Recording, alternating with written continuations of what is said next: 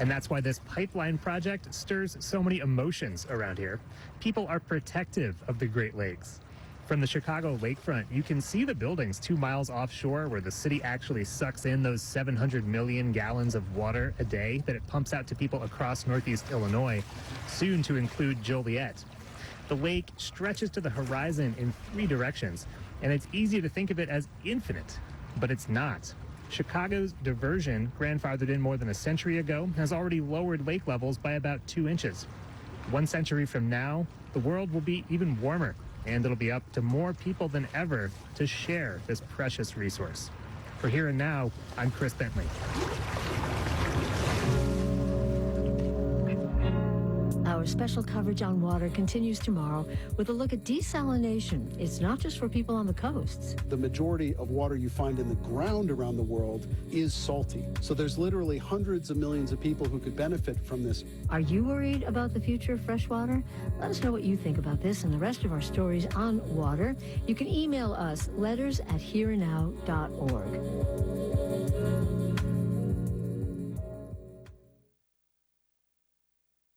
If you visit this station's website, you can stay on top of local elections, find out about your town's culinary scene, maybe even nod your head to a new Tiny Desk performance. And it's listener donations that help make everything you watch, read, and hear from the station happen. I'm E. Martinez. Donate your unwanted vehicle to this station, and the next time you're scrolling through stories in the coffee shop, you can blurt out, "Hey, my car did that," to the surprise of everyone sitting around you. Here's how. Go to radioiq.org and click the vehicle donation banner at the top of the page. This is a test of the emergency alert system. This is only...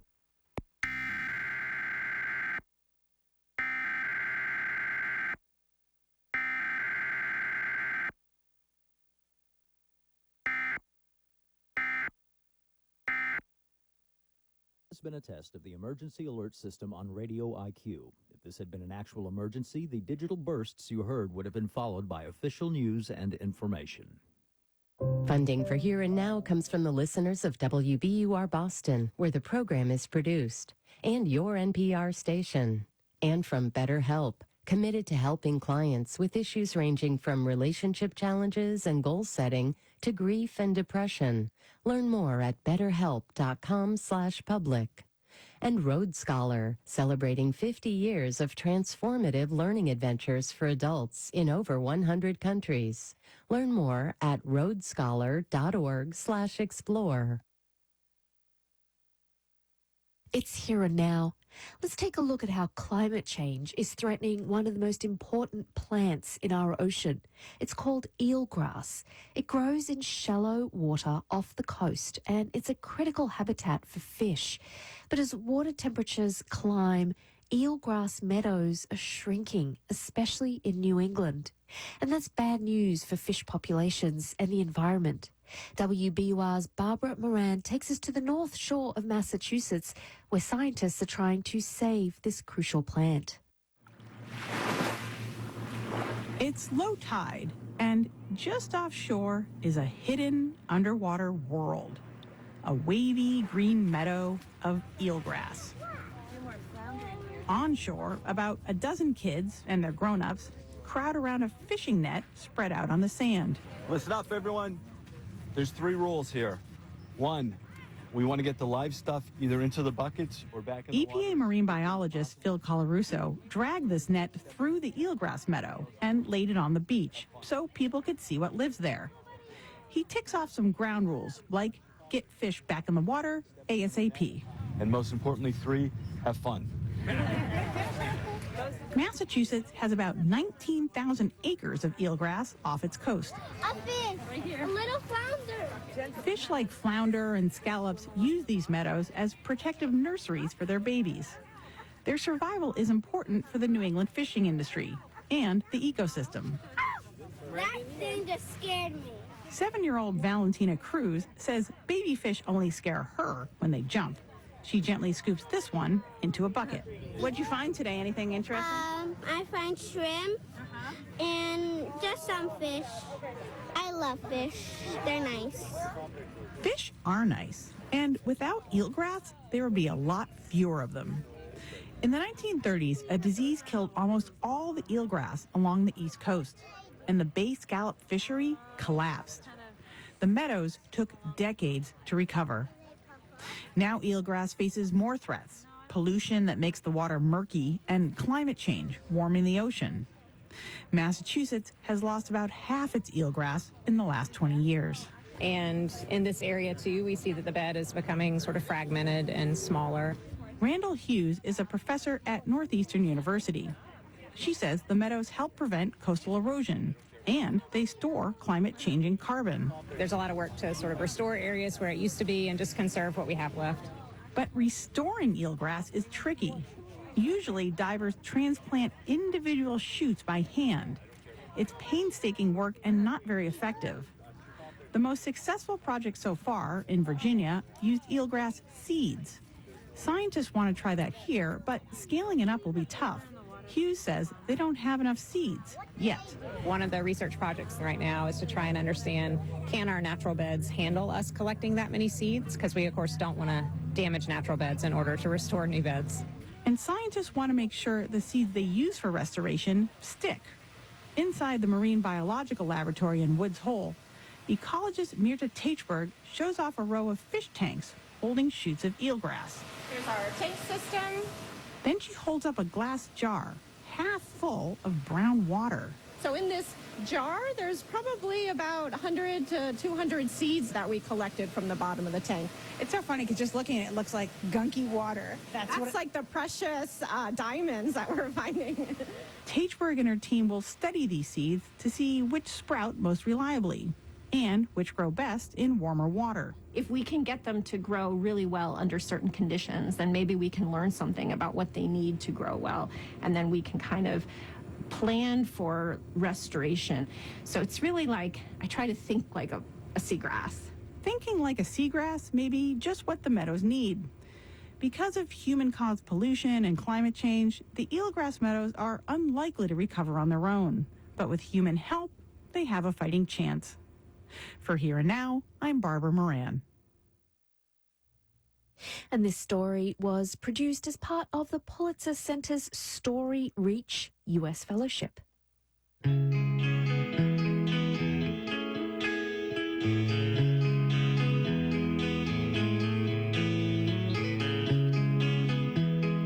we're so grateful for our listeners, for you and your thoughts. They're important to us.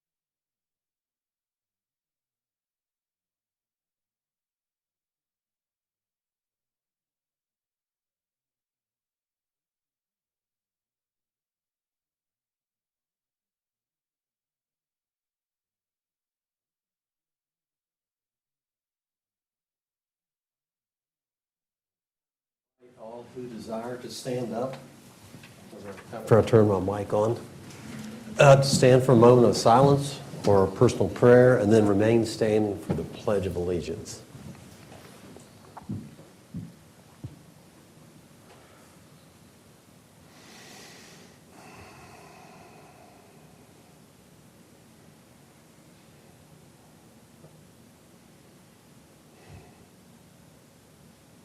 Thank you and amen.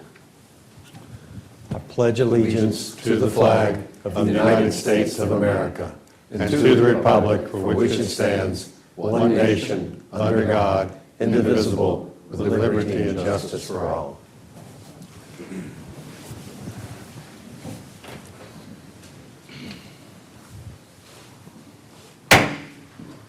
Good afternoon and welcome to our meeting for April 22nd, 2025. Regular meetings are held on the second and fourth Tuesday at 2 p.m. Public hearings are held at 6 p.m. on the fourth Tuesday of each month, which we'll have one tonight. Deviations from the schedule will be announced. The meetings are broadcast live on RVTV, Channel 3, and will be rebroadcast on Friday at 7 p.m. and on Sunday from 10 a.m. until 5 p.m. Board of Supervisors meetings can also be viewed online through Roanoke County's website at www.roanokecountyva.gov. Individuals who require assistance or special arrangements to participate in or attend Board of Supervisors meetings should contact the clerk to the board at 540-772-2005, at least 48 hours in advance. I ask you please to turn off your cell phones or at least place them in silence. We move to item A, roll call. Will the clerk please call the roll? Mrs. Hooker? Here. Mr. North? Here. Mr. Mahoney? Here. Mrs. Shepherd? Here. Mr. Radford? Here. Move to item B, request to postpone, add, or change the order of agenda items. Are there any requests to do that, fellow board members? Okay. No, sir. Mr. Kaywood. No changes, Mr. Chairman. Mr. Lubick. No changes, sir. Okay, thank you. We move to item C, briefings. Presentation of the revised proposed fiscal year 2025-2026 operating budget. Richard Kaywood, County Administrator. Welcome, Mr. Kaywood. Afternoon, Mr. Chairman and members of the board. Hopefully this will appear as expected on the screen. That's good, there it is. So not very long ago, back on March 25th, I stood before you to present the proposed budget for fiscal year 2026. And I'm here to propose some revisions to that budget that I shared with you based on some updated revenue information. So just as some background, the adopted budget that we're in now has a total anticipated revenue of just over $260 million. And of that, we had budgeted $44.5 million in personal property tax. And then the proposed budget that I shared on the 25th had a total revenue estimate of $270 million. And the proposed 26 budget was based on personal property tax estimated revenue of about $46 million. And this was based on the latest information we had from the Commissioner of Revenue as of March 20th. Subsequent to that, on March 28th, we received some additional information from the Commissioner of the Revenue that was updating the estimate for the current year. This would be what he would intend to bill of a little over $47 million. So based on that, I'm recommending that the proposed budget be revised to increase the anticipated revenue in the personal property tax line from $46 million to $48 million. So this takes into account the actual growth that we've seen in the current year, and also considers two other factors that tend to reduce collections, one being delinquencies. We do have a delinquency rate on personal property. And then the Commissioner also indicated he intended to introduce a more formalized program for reductions in value for certain high mileage vehicles or vehicles with lots of miles on them. So collectively, we think that an assumption of an increase over the proposed budget of about $2 million is reasonable. Now, I realize I'm not advancing the slides very, very well. So when you look at this more in Excel format, you'll see again raising the total overall projected revenue in the 26 budget from 270,191 to 272,191 with that additional revenue estimate in the personal property tax line. When you break that out a little bit finer, you'll see how that falls in line with our other revenue categories. And this change would make personal property the area where we anticipate the strongest growth between the current year and the upcoming year. And again, as we shared at the presentation of the proposed budget, we do think some of the other lines like sales tax will probably be a little softer this year. And what that does, that increases the projected new revenue year over year to $11.7 million. Then we also have a recommendation for how to utilize that money, and this is kind of the budget on the page that we like to show folks, showing where all these funds will be spent. So of course, by adding revenue at this stage, this would be shared with the schools.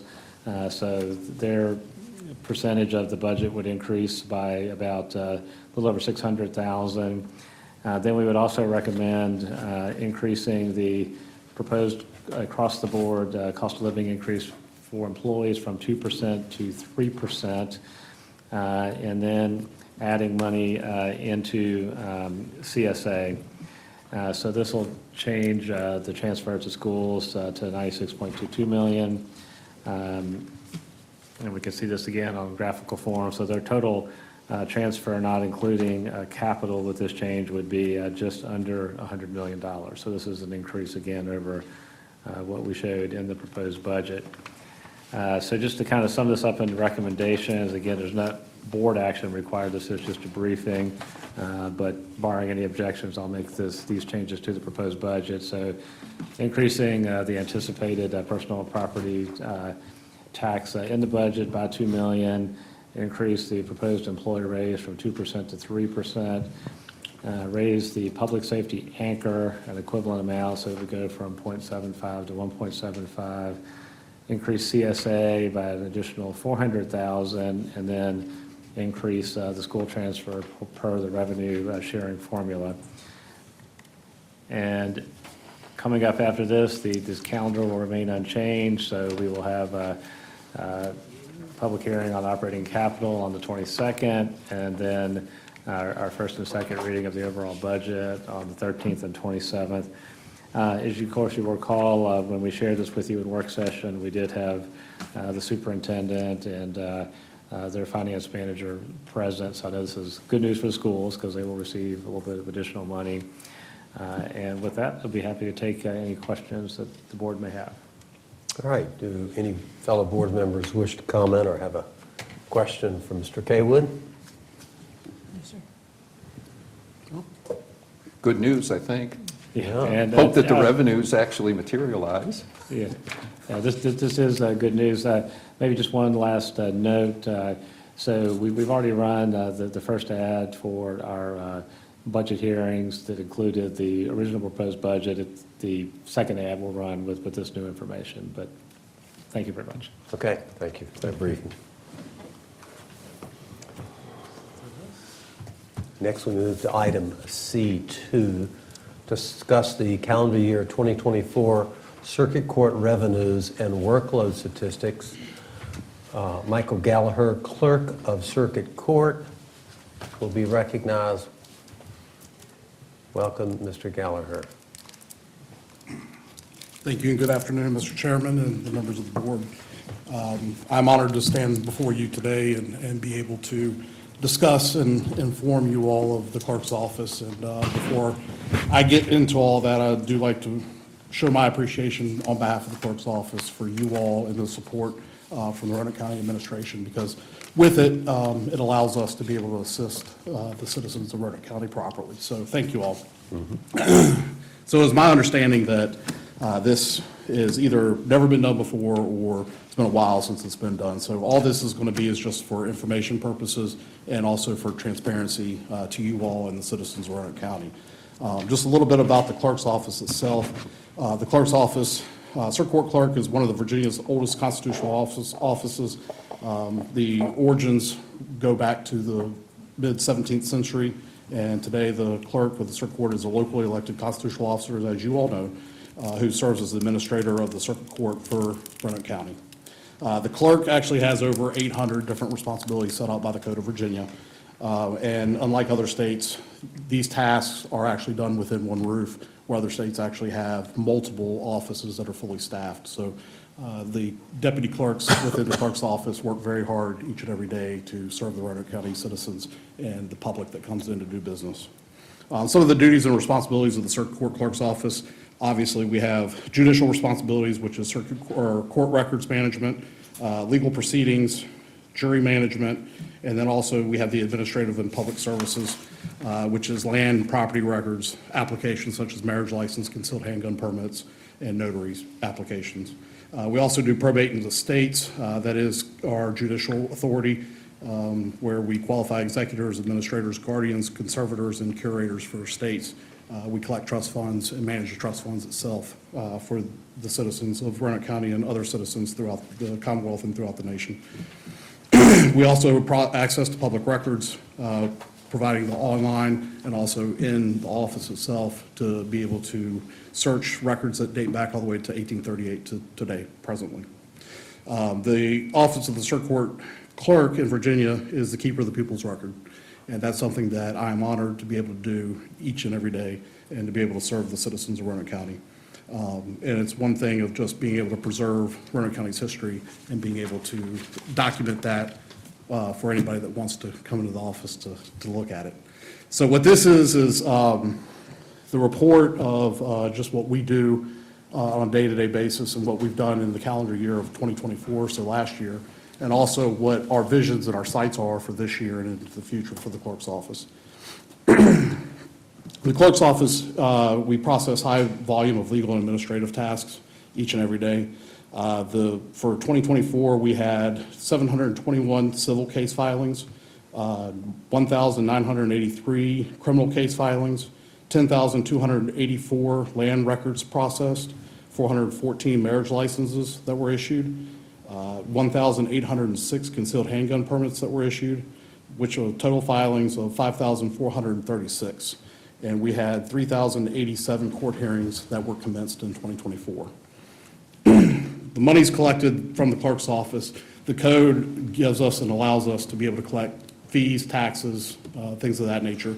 And as you all know, we are audited for our financials each and every year, and you all received that report from last year, which I am proud to say that we did get a clean audit. So that is something that our office is very proud of, and we continue to work very hard at continuing to have good checks and balances and evolve that each and every year. So what we collect for criminal cases, which is fines, costs, forfeitures, was $511,911.30. Of that, $199,672.38 was restitution to victims that have been a victim of crimes.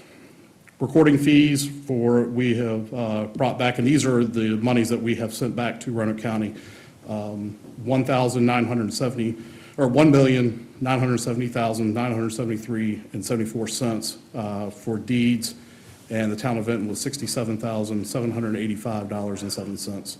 Recording fees with the wills is $48,544.90. Marriage licenses and other certifications was $12,420.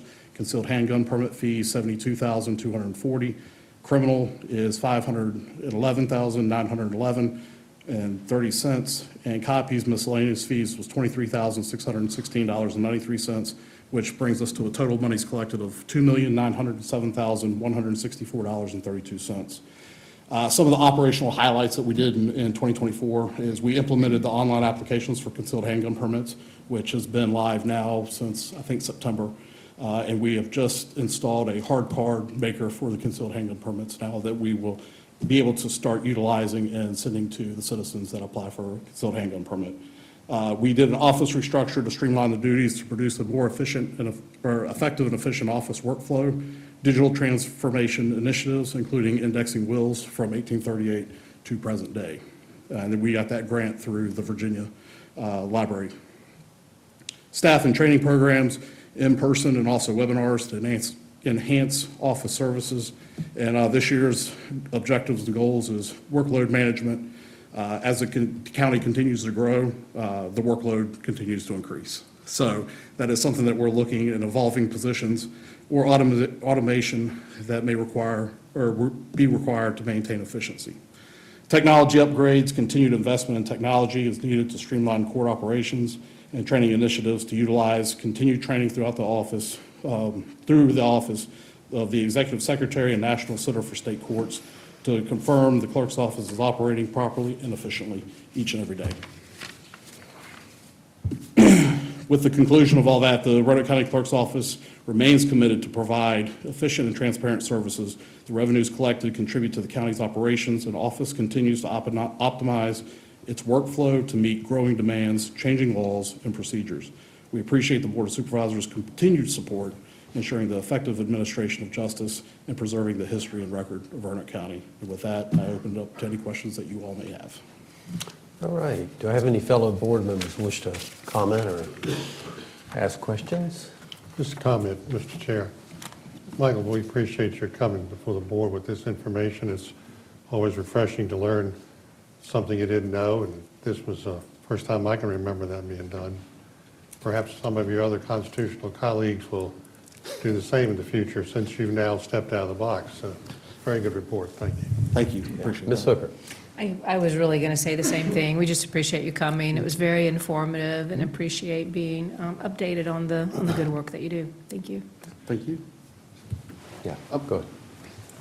Michael, help me. I think I read a month or two ago about some litigation that had been brought by media organizations trying to secure access to certain records retained by the clerk around the Commonwealth. And I'm not sure, I don't think it was just land records. I thought it was also criminal records, case file records. If that's true, and my recollection's correct, and if the media wins that litigation, would you see that placing an additional burden on your office, or would that be something that can be handled with the existing technology that's already present in your office? So, and speaking, this is a good question from the attorney himself. So, it's, what I see is it could be two different ways. It would create more of a workload upon the clerk's office itself and the deputy clerks, maybe at the very beginning. But then as time goes by and technology evolves, there may be some technology aspects that we could consider in terms of installing to make it a little bit easier and more efficient for this information to be retained. And but again, with technology, there's always a price tag with that, and that will be something that we'll have to look at in our budget with our TTF funds and things of that nature to see if we can even be able to do that. And if not, then of course, then that workload would then be our burden to bear with the deputy clerks and myself. Thank you. Yeah, Ms. Day. I don't have a whole lot other than I'm probably the one board member that frequents your office more than anybody for different things with real estate and things like that. But I just wanted to comment and say your staff up there is great. They're all very helpful and do a great job, and I appreciate them. Yes, we thank you for those comments, and I will take that back to the office and let them know. When I first took over in January of 2024, there is a new clerk's training that we go through, and I realized how blessed I can be with the office and the staff that is within the office and my coworkers, because there's other clerk's offices throughout the Commonwealth that I think about every person. We had 27 new clerks that were elected in 2023, and I think they were all on their phones, either texting, calling every break, before the meeting, after the meeting, this and that, and I was the envy because I have the office that we have in Roanoke County is phenomenal, and they have a lot of institutional knowledge, and we have clerks that have been there from anywhere from a few years to 32 years. So we're very blessed to have the staff that we do in Roanoke County. Well, I've frequented from Wills to actually in the courts, to recordings, to notaries, to everything. And every one of them are always very helpful. They're not, they don't put you off for anything. They jump to help, and they just do a great job. Well, I appreciate that, and I will take those remarks back to the office. Thank you all. But I do I'm going to make this an annual thing, just to give you all an update of what we do throughout the year, and then also the initiatives that we're looking towards in the future. So, great. Anything else? Yeah, one last comment. Thank you for that written report. It's attached to our documents, and the public can see all that. I thought that was very good, like Mr. North said. But you also handle the coordination of all the jury pools, and that is an ongoing, oh my gosh, I don't see how you do it, but. And that's another initiative that we're taking on this year, looking at the different jury systems. Yeah. The jury management system that we currently have has had some issues throughout the year.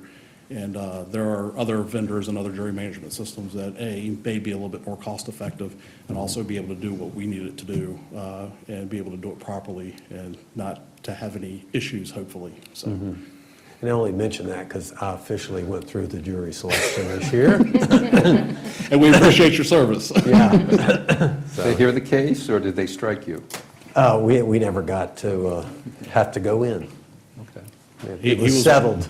Yeah, he was one of the lucky ones that the juries that month mostly went away, so Yeah. at least on his panel. So, Yeah. But that is something that we do take. Our judges in the clerk's office, we respect our jurors, and because without them, our judicial system would not work the way it does today. So, right.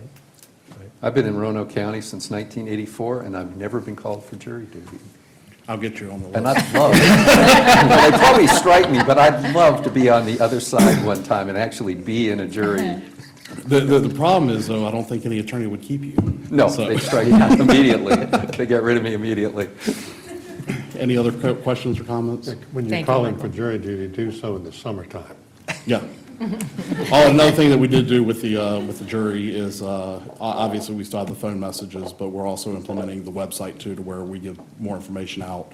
That way, people don't have to call. And then we're also looking at other ways of being able to alert jurors through email, text, and other means. So, I have and social actually media. seen it show up on Facebook. Yes, that was something that was just trying to get the information out there. That way, we if our judges do show cause somebody, then we can cut back on that some. You stood up there long enough to give me just enough time to think of something that might add value to your report. The next time, show us 24, 25, 26 year-over-year comparison. That'll also tell you Where we're trending. Yeah. Yeah, and I have access that's a to good that. thing to Yeah, see. and I have access to that information. I'm keeping all this information on spreadsheets and things. So that will be something that I'll include in next year's report. But now I know how it feels like to be a witness and testifying, because I'm used to being on the bench and looking down. So There you go. Anything else? That'll do it. Thank you. All right. Thank you all. You have a great day. Michael. Have a good day. We now move to item D, public hearings. Item 1, public hearing for citizen comments on the proposed physical budget 2025, 2026 operating budget and the proposed fiscal year 2026 through 2035 capital improvement program. Steve Elliott, Budget Administrator. Welcome, Mr. Elliott. Good afternoon, Mr. Chairman and members of the board. This is a public hearing to receive citizen comments on the proposed fiscal year 2025-2026 operating budget and the fiscal year 2026 through 2035 capital improvement program. This is a requirement of state code and was advertised in the Roanoke Times and Roanoke Rambler on April 13th and in the Cardinal News on April 14th. Staff recommends conducting the public hearing to receive citizen comments on the proposed budgets. Okay, any comments, board members? Mr. Elliott? Okay, at this time, I will open the public hearing. Clerk, do we have any? Yes, sir. Is it just me? Yes, sir.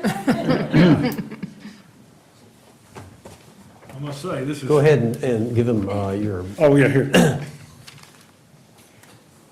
And then pass that to me, thank you. This is much more efficient than the city one last night. Yeah, so Mr. Franlin, you've done this before. We have a light system. You got 3 minutes right there in front of you. You know how all that works? Yes, sir. Okay, then Just state where you live, your address, your name, and we're ready to go. All right, I'm William Fralin, and I live at 2830 Wilton Road in Roanoke. Work right down here across the street, and I'm here on behalf of the Virginia Outdoor Infrastructure Committee. It's a civic organization that just started in August, and we've already got about 1,200 people that are following us. The purpose of the organization is that we recognize here in the Valley that we have world-class outdoor assets that cannot be moved. And if we're going to use those to our competitive advantage in the marketplace for talent, in the marketplace for outdoor amenities, in the marketplace for quality of life, we need to dedicate public money to that. I understand this is a very tough fiscal year. We have 3 goals. Our first goal is to have all 3 localities, Roanoke County, Roanoke City, and Salem, to increase their budgeted amounts for parks and recreation. We are competing with Asheville, North Carolina, and it's my understanding they spend about 8% of their budget on the outdoors. I think we spend somewhere in the neighborhood of 2. I'm not sure about the county. I think when you look at, a lot of it is rec leagues and things like that are also important. But we have 3 projects. That's the first project. The second project is that we want to reopen the Roanoke Mountain Campground, which is not in your bailiwick, so to speak, for tent camping. It's a low-impact camping area that is currently managed by the United States Park Service, which they've closed down. And then the main ask here is that we need to finish the Roanoke River Greenway. It's been over 30 years since that project started. It is basically finished in Roanoke City, is my understanding. We've got 2 ends, and Roanoke County is a big donut surrounding the city. So as you know, one end is towards the Green Hill Park, and one end is towards the Explorer Park. And by the way, I got to commend you guys on what you're doing with Explorer Park. That's just outstanding and right up what we're about as an organization. I understand this year may be tough. What we wanted to do was sort of introduce the organization, let you know that we're going to be more participatory in the crafting of the budget and trying to have more input on that. Recognize I've been in your seats in different places, and limited resources and unlimited demands, and I completely understand that. But I think we need a reorientation in the Valley if we're going to really be known for that. With our world-class assets, we need to be known around the world for what we do. So, thank you. Thank you. Appreciate it. Look at that, finished with 1 second. That was terrific. Thank you. Any? No, we're good. All good. Yeah. Nice to see everybody. All righty. Thank you. Any other clerk? Any other? Okay. So at this time, I will close the public hearing. I'll move to item D2, resolution approving the secondary 6-year improvement plan for fiscal years 2026 through 2031, and the construction priority list and estimated allocations for fiscal year 2026. Megan Cronice, Assistant Director of Planning. Welcome, Ms. Cronice. Thank you very much. Just one moment while I get the presentation up.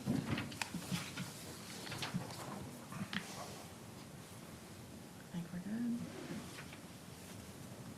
Thank you, Ms. Rhonda.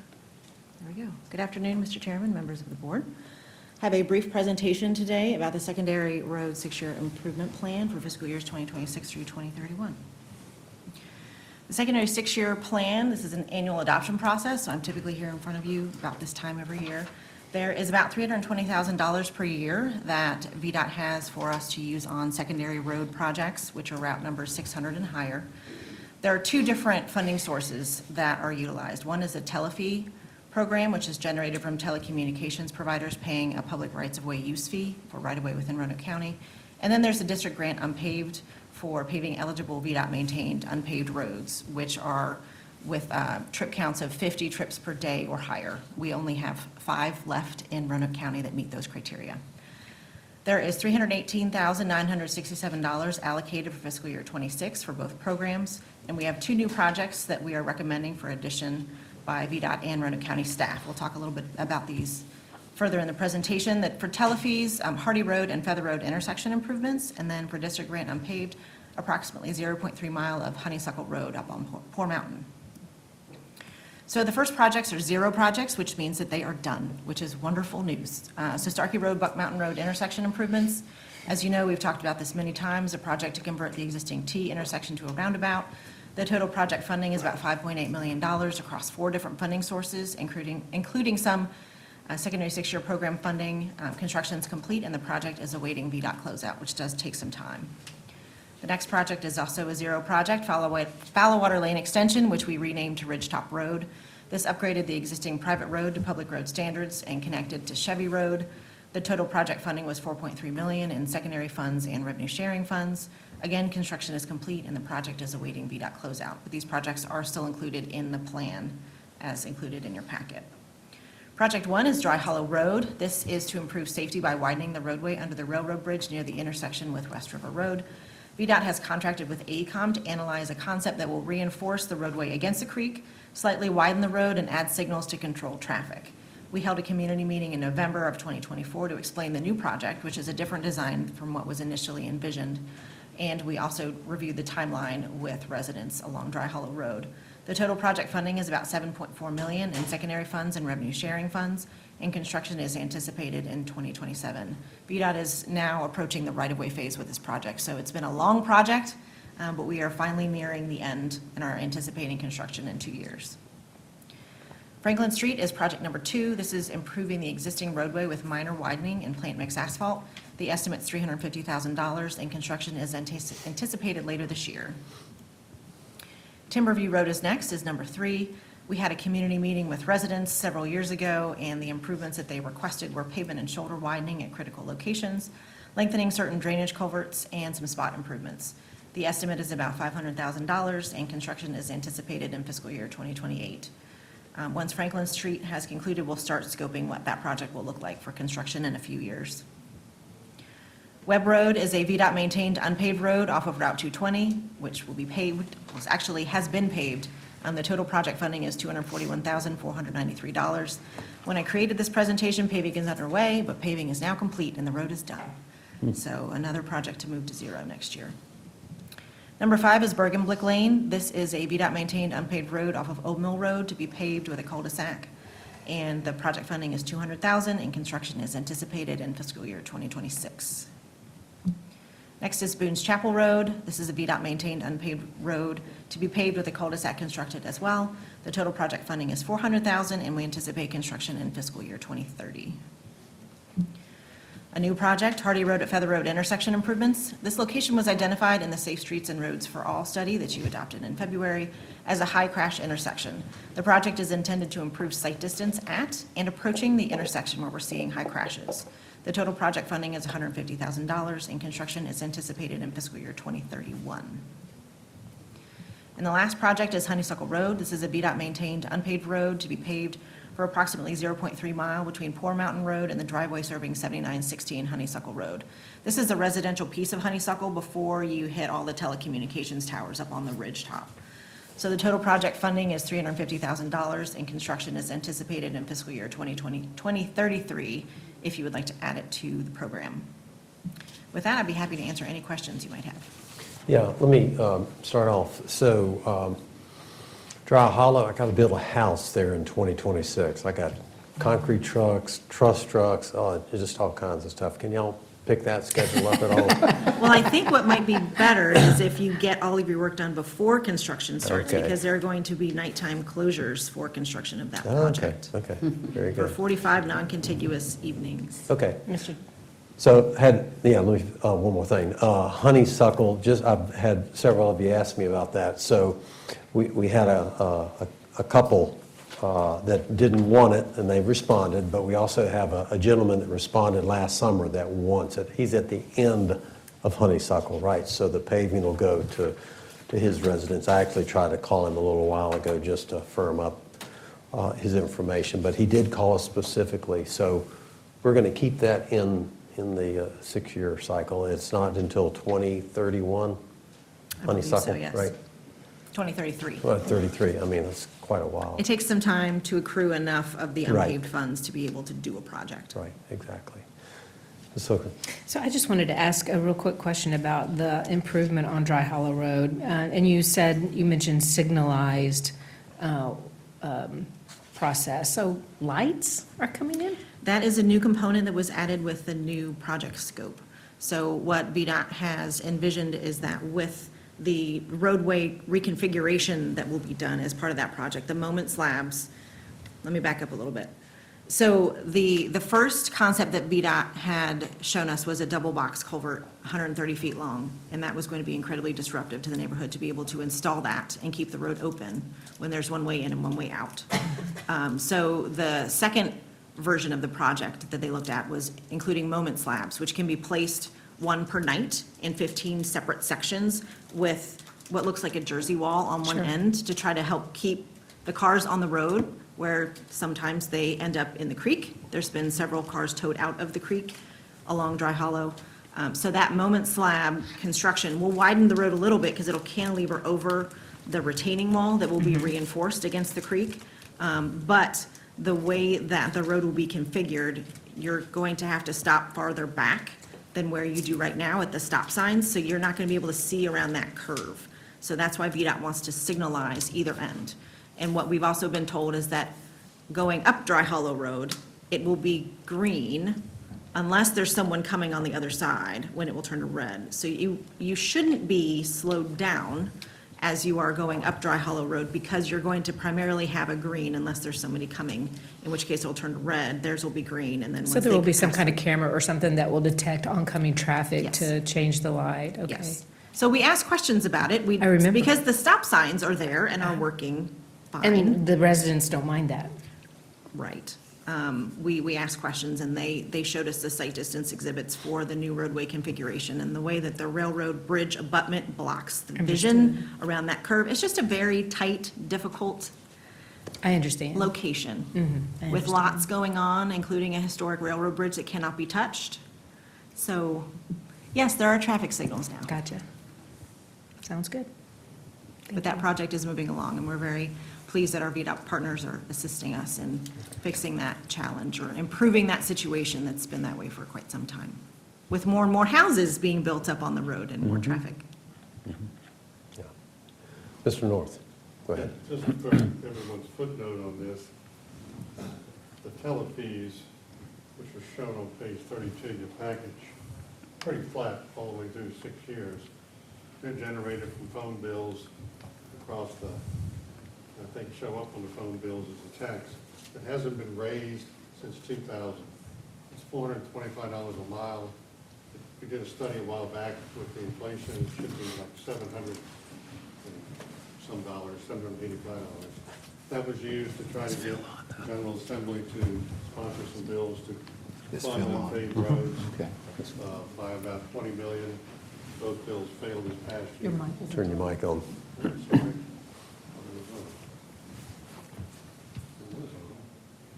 Okay, anyway, bottom line is this is a small amount of money that's never going to really grow any, and the General Assembly's not been supportive of it, and we've been told that if there are any funds, they're going to come from the district grant pot anyway, over and above what's in there. So, I mean, you deplenish it one way or the other. It's a non-issue. One day, as phone lines go away, so will the money. So if we can think of some other way to put some money in this by cutting out some other expenses, which I can share with you later, that might be something we want to do locally. Thank you. We missed you about the first minute and a half. You want to start all over? No, I just did. Okay. And I think with the residency's assistance, we're able to stretch those telefees pretty far to get some great projects done. Yeah. But it is a very flexible funding source that, this board is able to program or request VDOT programs, so we don't have a lot of funding sources like that. So No. it is a beneficial source, and yes, we would love to have more money in it, but it goes a long way with what we do have. Thanks to our residency staff, and Ashley Mathena and Anna Gibson are here today, in case you have questions for them. Okay. Mr. Mahoney. Comment and a question. The Starkey Road, Buck Mountain Road roundabout is or was an excellent project. What shocks me is it cost $5.8 million. And I think we see that cost increasing for all of our projects. And I just want to remind everybody that when Charlotte Moore was on this board and representing the Cave Spring District, Charlotte Moore started that project. And you can count how many years that is, because I've been on the board 5 years. Before me was George. That's 9 years. So we're looking 10 years plus. You don't have to look it up, but whenever Charlotte began and brought this to the board to include it on the 6-year plan, so I think we've probably gone 11 years, 10 years plus. And these are expensive. And I think, as Ms. Cronise indicated, if we get $318,000 a year, you have to slowly build up that amount until you can get enough money to do a project. And it takes a long time to do projects. My question is, and I'm not suggesting we drop any of the projects. I assume we will approve the resolution and add a couple new projects and keep on going. My question is, though, let's say a future board, 2 years, 3 years down the road, drops a project. Is my recollection correct that then, I use the word penalize, but in effect, will we have to repay out of our 6-year plan money whatever VDOT has spent on that project to date? In effect, do we get like a penalty if we decide in the future to drop one of the projects? So with some funding sources, yes. I don't believe with this funding source that there is, because this is funding dedicated for Roanoke County projects, and it's 100% funds. Okay. So I believe if a project is dropped, then that funding can be shifted to another project.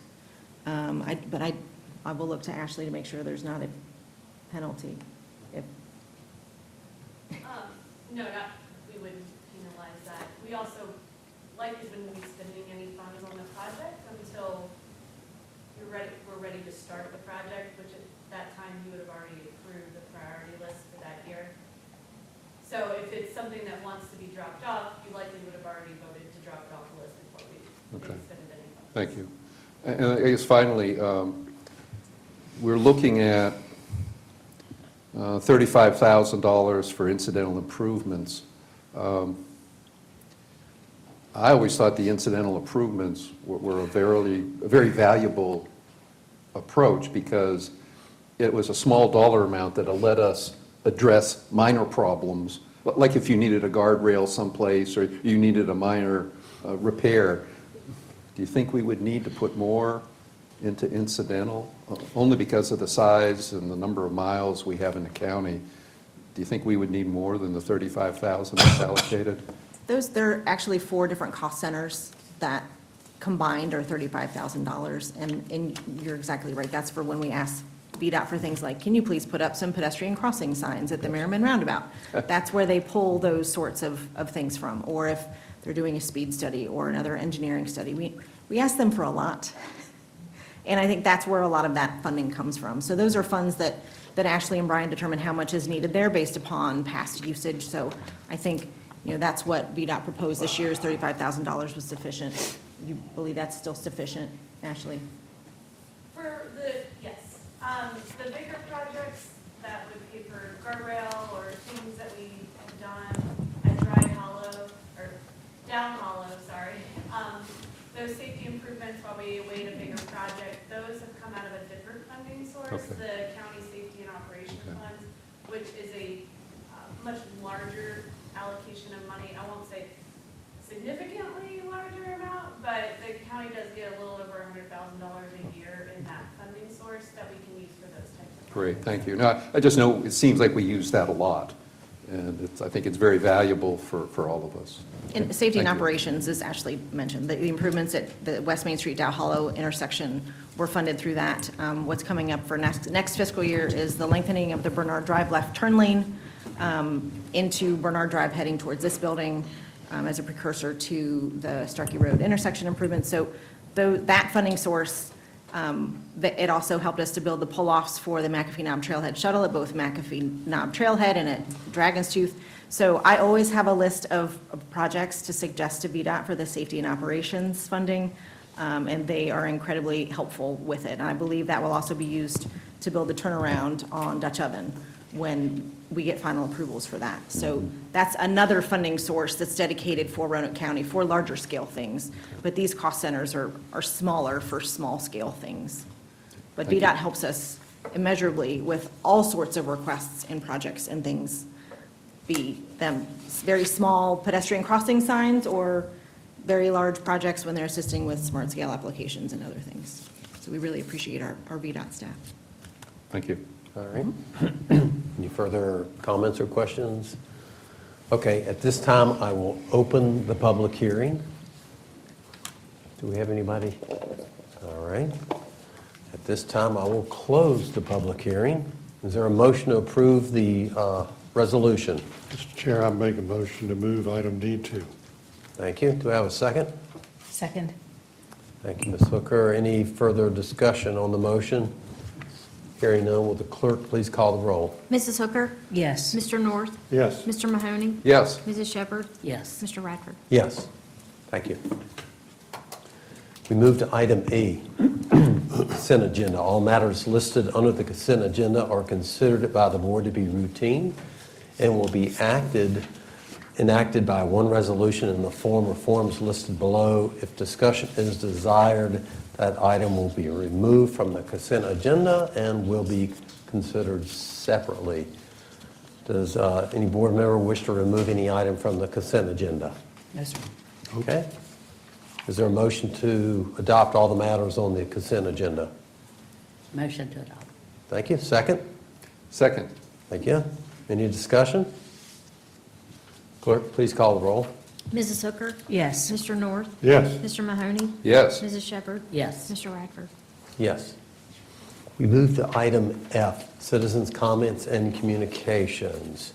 This time is set aside for Roanoke County citizens, property owners, and business owners to address the board on matters of interest or concern. Do we have any? Okay.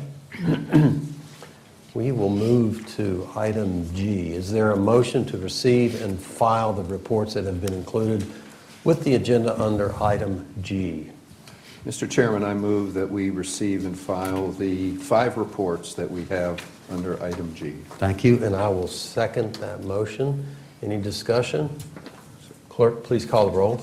Mrs. Hooker? Yes. Mr. North? Yes. Mr. Mahoney? Yes. Mrs. Shepherd? Yes. Mr. Radford? Yes.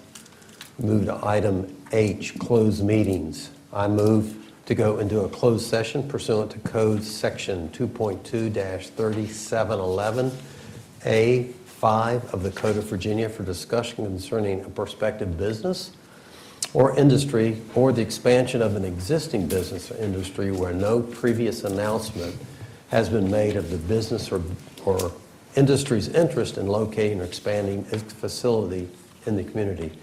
Specifically, the board will discuss potential business location expansion in the 5 magisterial districts. Is there a second to go into closed session? Second. Thank you. Clerk, please call the roll. Mrs. Hooker? Yes. Mr. North? Yes. Mr. Mahoney? Yes. Mrs. Shepherd? Yes. Mr. Radford? Yes, the board will now recess to the 3rd floor for the closed session.